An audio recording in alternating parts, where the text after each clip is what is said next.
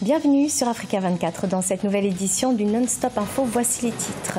L'Égypte en proie à une vague d'attaques terroristes. Ce 18 février, l'explosion d'un engin a fait 2 victimes. 3 blessés ont également été recensés parmi les forces de l'ordre dans l'explosion survenue non loin de la mosquée Al-Azhar au centre de la capitale.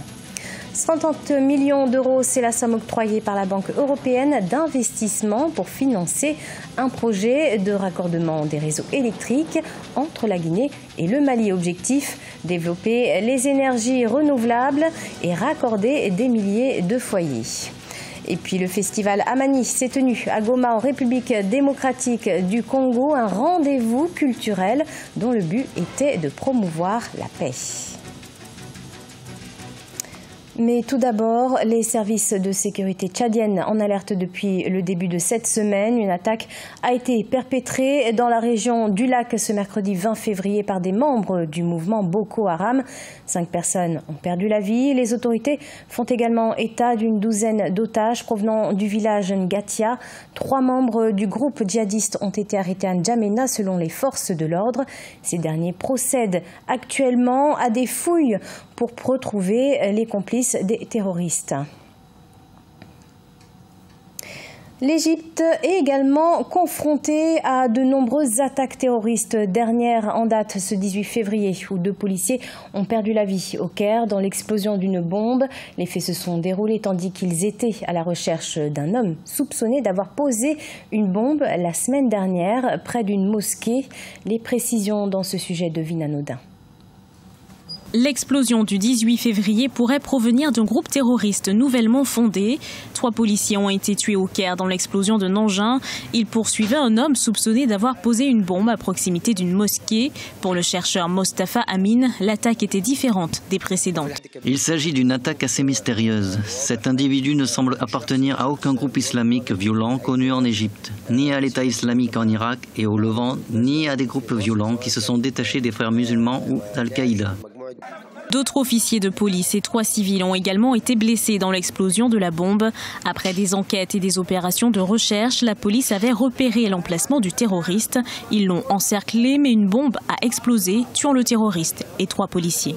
Ce pourrait être un groupe nouvellement créé. Ce kamikaze a certainement un groupe de soutien d'autres militants. Ce groupe a certainement la capacité de créer et de faire exploser des explosifs, de surveiller et d'espionner le personnel de police. C'est une possibilité. L'explosion a été conçue pour causer le maximum de dommages au personnel autour. L'Égypte est en proie à une vague d'attaques terroristes depuis l'éviction militaire de l'ancien président islamiste Mohamed Morsi en juillet 2013. Confronté à la multiplication des attaques de groupes extrémistes, le pays a entamé l'année dernière une vaste campagne baptisée Sinaï 2018.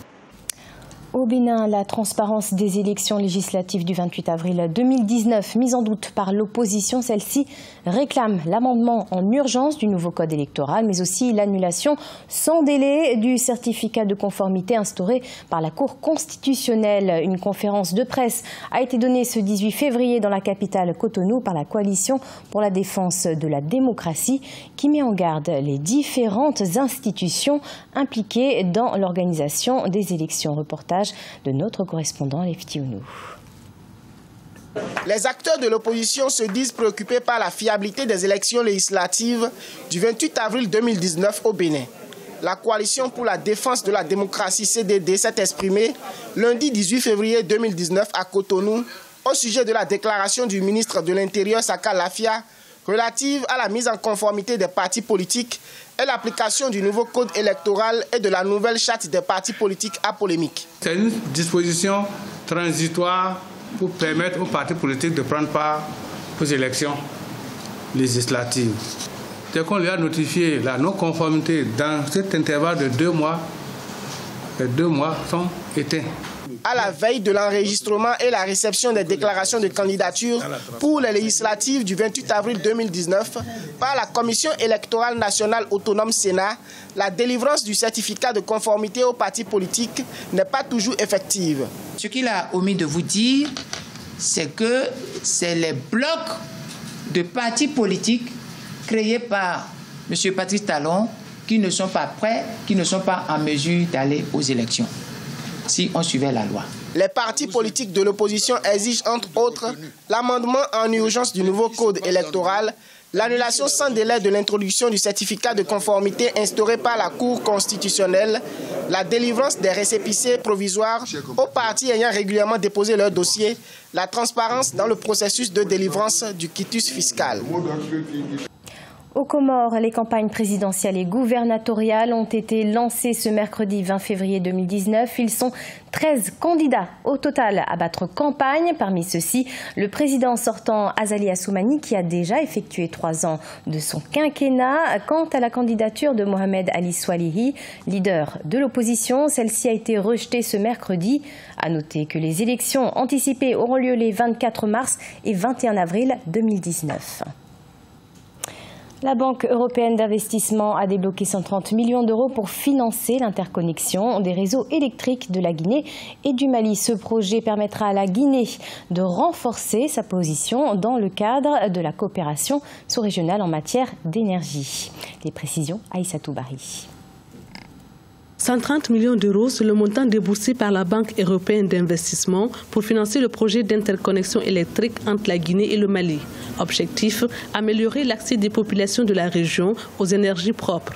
Ce projet d'interconnexion électrique entre la Guinée et le Mali est un maillon essentiel du système d'échange d'énergie électrique ouest-africain qui fournira un accès fiable aux énergies renouvelables aux habitants et permettra d'élargir la desserte à des milliers de personnes vivant dans des régions rurales de la Guinée. Ce projet avec le Mali vient compléter une entreprise d'interconnexion électrique bien plus vaste lancée depuis quelques années par la Guinée. D'autres accords dans ce domaine ont auparavant été passés, notamment avec le Libéria et la Côte d'Ivoire. À un moment donné, c'est le président Alpha Condé qui a été désigné par ses pairs pour l'énergie en Afrique.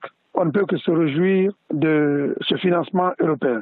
En 2020, les délestages fréquents en Guinée ne seront qu'un lointain souvenir. Donc, les deux réunis seront à peu près 500 à 550 mégawatts. Viendra combler de manière efficiente le manque d'énergie dans les grandes villes et permettra même d'exporter vers les pays voisins. Grâce à son potentiel hydroélectrique, la Guinée veut renforcer sa position dans le cadre de la coopération sous-régionale en matière énergétique. Outre le barrage de Caleta, avec une puissance de 240 MW, il est prévu la construction des barrages de Swapiti, 505 MW, et celle d'Amaria, 300 MW. Focus sur le festival Amani en République démocratique du Congo. Plus de 35 000 personnes se sont déplacées à Goma du 15 au 17 février. 3 jours de chants, de fêtes et de rencontres culturelles pour unir la population autour d'un seul thème, la paix. Retour sur cet événement avec Nelly Claude Bessa. La 6e édition du festival Amani s'est tenue à Goma, dans la province du Nord Kivu, en République démocratique du Congo. Les festivités qui ont duré 3 jours ont rassemblé plus de 35 000 personnes autour du message principal Amani, un mot qui désigne la paix en Swahili. Le festival, organisé en 2019, survient après une période de tension en République démocratique du Congo suite aux élections du 30 décembre 2018.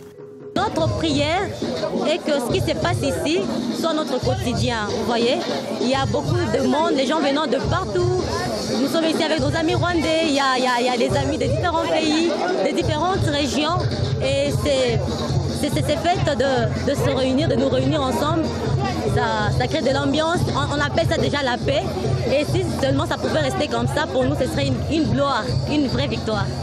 Le festival a également été l'occasion pour les artistes établis et les artistes en herbe de prester sur des thèmes tels que le patriotisme pour non seulement refléter leur époque, mais également unir les populations. Les organisateurs, quant à eux, espèrent que le festival pourra continuer à donner le ton à la réconciliation. On est une goutte d'eau dans un verre. Et donc il faut remplir ce verre, il faut que beaucoup de gens remplissent le verre. Et nous on a une mission d'essayer de promouvoir cette paix, que les gens se retrouvent ici, de donner une belle image de la région. L'Est de la République démocratique du Congo a été en proie à des conflits armés depuis plus de 2 décennies avec une recrudescence des troubles. Les résidents espèrent qu'avec le nouveau chapitre politique du pays, le festival pourra porter une autre facette de Goma, une perspective qui donne de l'espoir. C'est la fin de ce journal. Merci de nous avoir suivis. Dans quelques instants, une nouvelle édition de l'actualité sur Africa 24.